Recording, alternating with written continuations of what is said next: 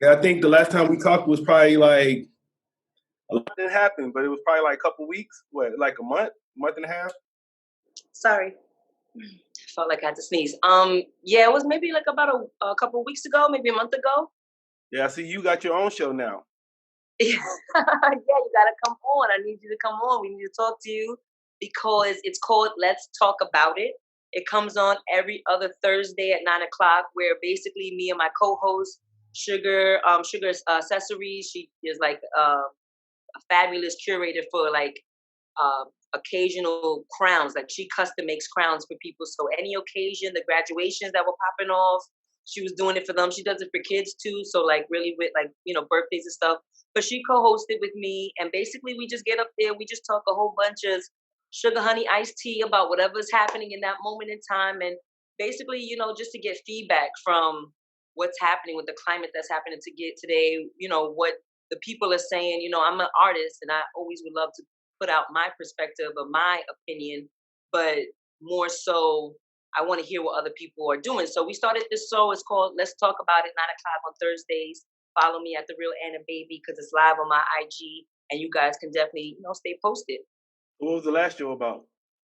The last show was actually in honor of, Black Lives Matters, which is why I got, my braids on. I'm trying to give homage, to my Nubian queens out there, let them know that I'm half Black and Puerto Rican. So I'll be hearing these myths going around that Hispanics are not Black and whatever the case may be, when at the end of the day, we all Black, you know what I'm saying? And if you're not for the movement, then you over there. So the last show we did about Black Lives Matter, we did giveaways where people can win, and we posted a couple of questions where people can answer the question related to Black history. We had like 4 winners, and it was a good show. So I don't know, this week I'm still trying to figure out the topics. I'm thinking about having one of the topics about being alert, because a couple of people have been sending me things about like getting kidnapped. A lot of, like women go to their Target stores and stuff, especially now. You go with your mask on, your gloves on, you're doing all your precautionary, things to try to stay as safe as possible, like being by yourself because we have to social distance. And then 2 dudes just kind of like, slick their way up to the car while she's putting up here shopping groceries on one side of the car. Some guy like crawls in on the other side of the car, and she gets in the car. You don't see what happens in the car, but she gets in the car. He's in the back seat, so you're assuming that there's a struggle or something. And then somebody else pulls up, gets in the driver's seat after her, and pulls away with the car. And you don't see the girl come back out of the car. So it's just like things like that is just really being alert. I know we're doing everything we can to stay cautious, but you got to double, triple check. You know what I'm saying? Before you step in the car, you got to look in your car. You got to look outside. You got, if you can be with somebody, be there with somebody. So my show is to talk about it and also to bring as much awareness to whatever is going on, especially Black-owned businesses. I want to promote positive things. There's a lot of scary stuff happening. So, I just use that as my platform to, get out there. Yeah, speaking of what you just said, even like I said, I was in the Marines, and the number one thing they taught us was the buddy system. You don't really never go nowhere by yourself. I know. Right. Shit. Like, you Black? Yeah. Exactly. You Black? Right, dead serious. Like even when I saw it, I sent it to my mother. She's in Puerto Rico, but she's an older woman, and she's been traveling by herself recently, and I had to tell her no, like stop doing that. Like she's normally out with my uncle, or she's out with my grandfather, but my grandfather is a senior, and because of the COVID, she thought it was best to keep my grandfather home, and she would do the runs. But I'm like, no, like that's not gonna work. And if you do have to be out there, then that means you have to take those like extra precautions to make sure that you're safe. Then you kind of mentioned this, but I wanted to ask you about it because how you were saying you're Puerto Rican and half Black. But I would say I know in Latino culture it's a lot of colorism. So even if you are Latino, it's like if you're too dark, they get mad. And even with a lot of races, like Asians do that too. It's like if you're too dark, you still look down upon, even if you are Latino or you're Asian or whatever. I mean, even Black people try to do that shit sometimes. Yeah. So it's like it don't matter what we get, we still kind of try to distinguish ourselves from each other. Yeah, and I feel like that hurts my heart because it's just like our ancestors like shed blood to get us to the point where we weren't segregated and everything was supposed to be equal. And it's sad that we're still here in this time and day that we are still fighting for the same thing. Like, how are we having a disagreement about something we all agreed upon? Like, the Constitution has all the amendments there that says what it's supposed to be. We already finished that. Why are we not talking about new things, new ways of being, new ways of how to, build our community? You know what I'm saying? There's a lot of gentrification going on, but there's no stimulation with our own community. So it's just like things like that I just, want to really tap on and, bring awareness to. Since the last time I spoke to you, I started a foundation. It's called We Can Change the World. You can also follow that. We Can Change the World. Basically, we endorse charities that, like, if people don't know where to go to donate or just even get information from, they can follow that page to give you links of where you can go to sign petitions like change.org. We follow Tamika Mallory. We follow My Son General. We follow Sean King. Like, things like that, just to bring in as much information into our community, because I'm an artist, you know what I'm saying? I'm sensitive about my own shit. I'm not a politician. I'm more of a spiritual person. I don't follow government law. I follow universal law. You know what I'm saying? So I just believe the more information that people have, the better and equipped we are to get in where we gotta go. Yeah, how your music been going? Yeah. How's the music? Music is going really good. Like I said, we just finished the video to Show Me Love. Before COVID hit, I was on a big campaign for my single Show Me Love. And it was doing really good. It was streaming up to like 150,000. It was going great. Then COVID hit, everything stopped. And we have to kind of like reboost that. I'm coming out with a new song. It's called J-Lo, paying homage to the Bronx. And we're going to be doing a video to that too. So, we're going to be flooding the airways real fast, but we are shooting the video for Show Me Love, and that's going to be the next thing that we drop. So hopefully you will have me back and I can, premiere that video. So you on the J-Lo song, you on there dancing and lip singing? I'm not lip singing. I'm a feature writer. I'm official tissue. I shouldn't have said that. That's me. I might try to break down a couple of, TikTok moves and, little woes and stuff for people, but I keep it to the mic. And then I wanted to learn about so describe your creative process when you're making music. Like, were you in your room, you in your car? Like, how do you, take us through the whole process? Yeah.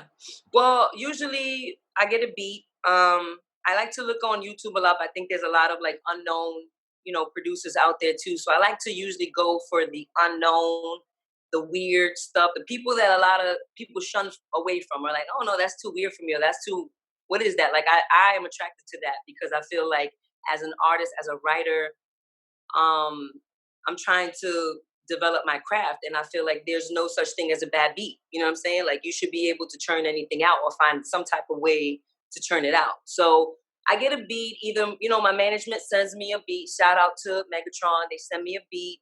I'll usually get the lights low. I like to be in my own forum. Get the lights low, probably have some sage burning, probably roll up some good from Cali or something like that, or a shot of Henny or whatever, and just get into the beat. First, before I can even get into me putting myself on the beat, I have to listen to all the beats and see which one talks to me. Because usually a beat talks to me and tells me where I'm about to go or how I'm about to flow with it, and then it's just a matter of me putting the words that I'm feeling in that moment, So that's what's happening in that process. If the beat I feel is fire, that means it wrote itself for me. Basically, there was nothing for me to do. It was easy for me to write.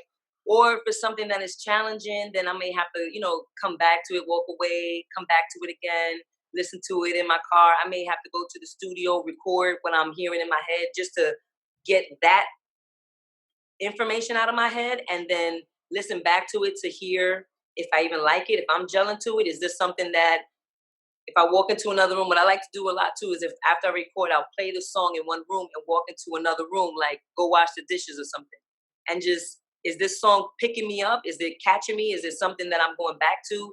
Is, if I write a hook, is the hook still in my head the next day? Because sometimes I could write a hook and then listen to the beat and come back to it, and I'm like, damn, what was that hook that I wrote again? I forgot what it was. So in my head, I'm like, that shit was trash because I didn't even remember that. But if I go back to the hook and I keep remember that same hook, and I'm walking through my day just still singing that hook, I'm like, oh, this is a hit. I gotta share this. I gotta get this out to the world, because this right here, this is it. This is money. And that's usually how a song gets done for me. You said the beat talked to you. What the beat say? And what's the voice of the It beat? Is it depends. your voice or somebody else's voice? It's weird. Is It's it like like Nicki, Lil Kim talking to you in her yeah, voice? little Kim talking to me. I don't know. Sometimes it's not necessarily a voice. I guess it becomes my voice after Okay. after I'm doing the flow. Like depending on what it is, it's more of a beat or instrument that I hear that I will hear repetitive, and usually whatever my rhyme is gonna hit that beat. And then that's when you get into bars and you're making bars. You're making Like hustle and lyrics. flow? Right, you're doing your hustle and flow shit or whatever. So I guess I hear the instruments.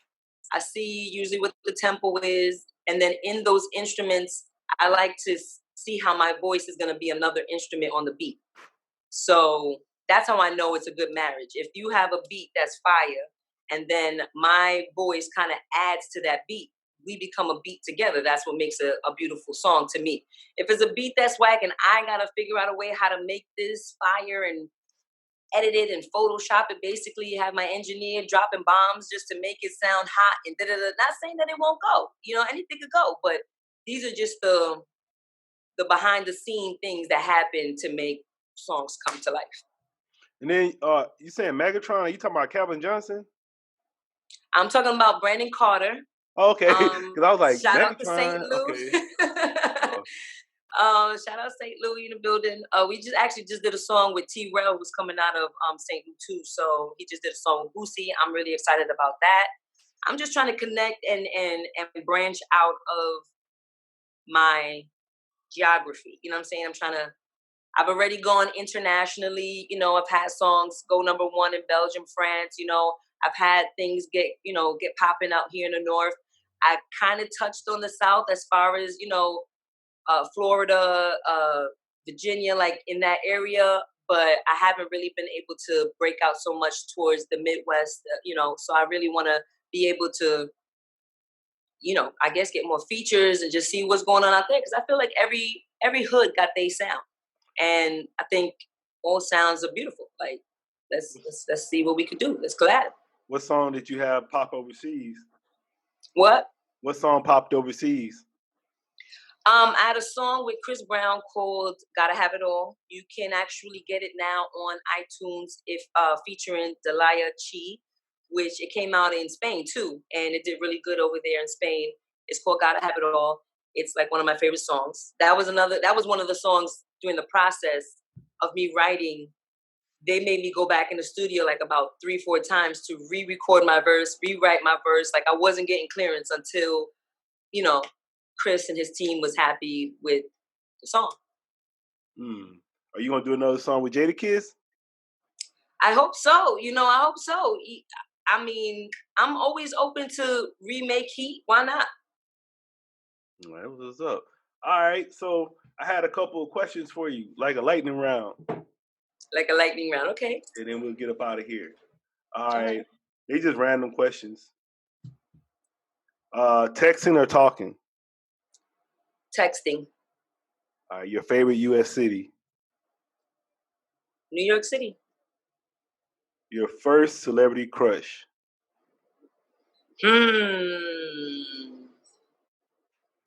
What was from Boys in the Hood, the main character Ice Cube? that ended up being with Jada Pinkett? Like, I had such a big crush on him. And Cuba Gooding Jr.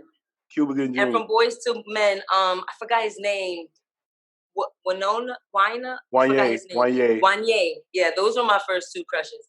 All right. Your favorite TV show? Favorite TV show right now or just in general? Because I would have to say Martin. I'm going to say Martin. I'm going to say Martin. All right. Who your favorite character on Martin? That Martin played. Your favorite character? Martin played. Shit. Besides himself, because I feel like I'm a female Martin, so I guess I would have to say Shanae. Because I get ready to kick a motherfucker out of my house in 2 seconds. Like, what? Get out. Then call you back later, like, you know what, let's go out to eat. I'm sorry, I didn't mean to do that shit. And then, I was tweaking. What does a person need to be happy? What does a person need to be happy? Confidence. I would say confidence. self-awareness. It has to start with self. Like, you need to be aware of who you are, what you're giving, what you're taking. Take accountability, take a responsibility for yourself. And when you can come from a place of self-awareness, I think you can position yourself in better positions to communicate with other people, get what you need, proceed, succeed, and do what you need to do to be happy. What is your favorite carb? My favorite carb. Carb. Carb. Carbohydrate. Carb. Shit. Yeah. Donuts. You give me some donuts, I'm good. From where? From Krispy Kreme. All right. They got Krispy Kreme out there? They just opened one up in Times Square, but before that, it used to be out in Long Island, Springfield, and I'm all the way in the Bronx. And I dead ass would take myself on an hour-and-a-half drive out to Long Island just to get me some Krispy Kreme fresh out the oven. Like, it has to be fresh out the oven donuts. Then what you roll up in? Or do you roll up? I know you say you smoke, so what you roll up in? Yeah, I do roll papers. I like anything organic. I'm usually a big, anything you slap vegan or organic on it, I'm usually for it. Can't get more organic than any type, Cali bud. And yeah, basically. So you use like raw paper? Raw paper, a little font, They was trying to tell me everybody doing the backwoods over there now. Yeah, people still do the backwoods, but I don't know. I feel like, well, personally, I'm a female, and I don't want anything staining my lips and having all of that shit going. I'm not trying to come out looking like that. So that's number one. And then, like I said, me personally, I just don't think maybe it hits too strong, or it just doesn't give me the same feel as papers. So I started rolling papers, old school. I felt like it was old school, traditional. Like, I started with backwoods first, and like any type of Dutch cracking Dutches and stuff, I started with that first. But it was too much manual labor. I'm like, what? It's getting in my nails. I just fucking up my vibe. Like, I'm trying to look classy right now, All right. Then giving or getting presents? Ooh, that's hard. That's a good question. Because I like both. I'm not a person that just likes to get gifts only. And I like to give. So I guess I'm more of a giver. But it always, touches my heart when people are considerate. Like, you don't necessarily have to get me a gift, but just even the thought that means so much more to me, that you can basically get whatever you want from me after that. And then if you journal, do you use paper or do you use a computer?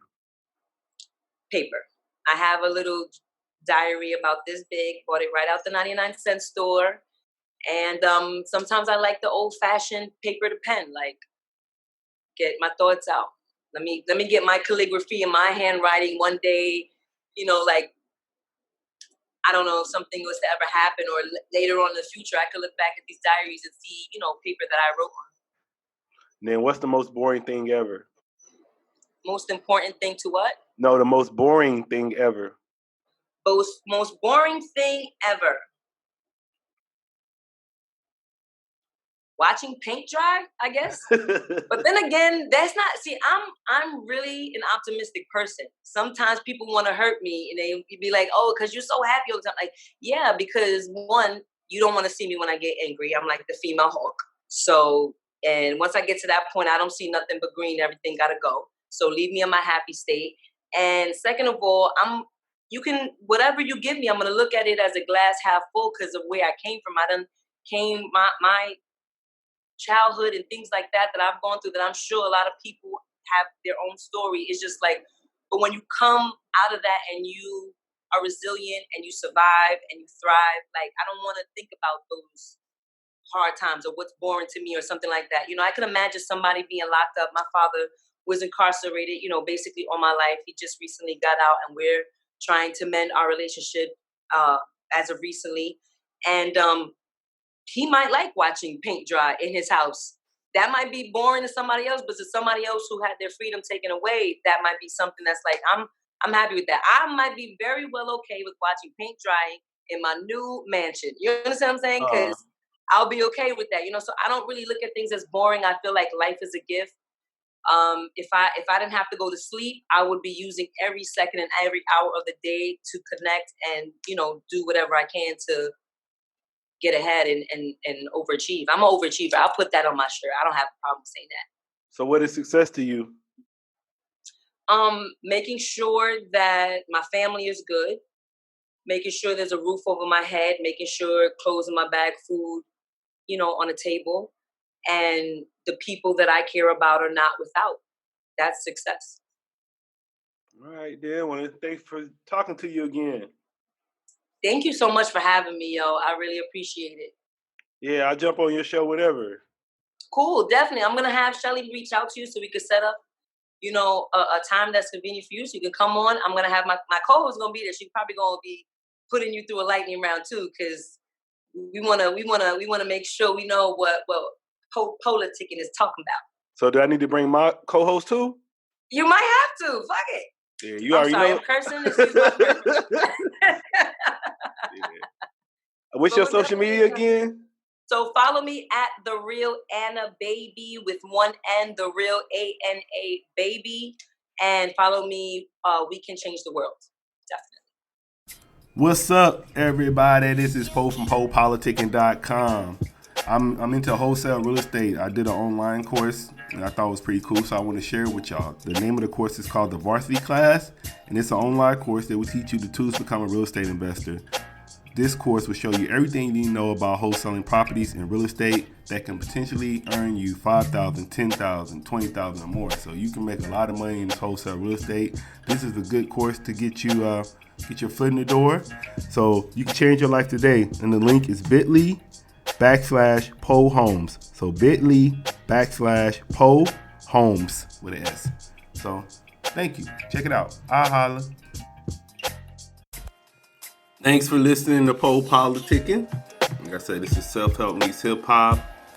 Try to interview the artists or whoever I'm interviewing. Just try to get a little bit more than just the music or just entertainment. Try to get some stuff that you can use in your life that they're saying. And this is, like they say, I got it out the mud. So 2008 we started it and been doing it this whole time. So I appreciate all the listeners we have, all my loyal listeners that stay down and listen to every episode. So if you want to be a guest, make sure you got some fire. I want some heat. But you can contact me at PoPolitickin@gmail.com. Yeah, if you want to be a guest, hit me up. And also make sure you check out the store. We sell merch, rappertshirts.com. Rappertshirts.com. So I got the PoPolitickin merch on there. Got rapper t-shirts, got men's fashion, women's fashion. Got cool stuff on there. Anybody, you want to make donations, you just like what you hear, it's cool, I want to support this, keep going, because, it takes money to build this and keep growing it. It's Cash App, $PoPolitickin. That's PoPolitickin. I appreciate that, or PayPal, Venmo. It's always PoPolitickin. And we're also looking for sponsors. So if you have a book, you have an album you're about to come out with, you're a record label, your magazine, anybody that has something they're trying to promote, let me know. You can email me at PoPolitickin@gmail.com and we can work something out, work out a deal. But yeah, I'm looking for sponsors, so hit me up. And I appreciate all the support. And I'll see you next episode. Holla. PoPolitickin.com.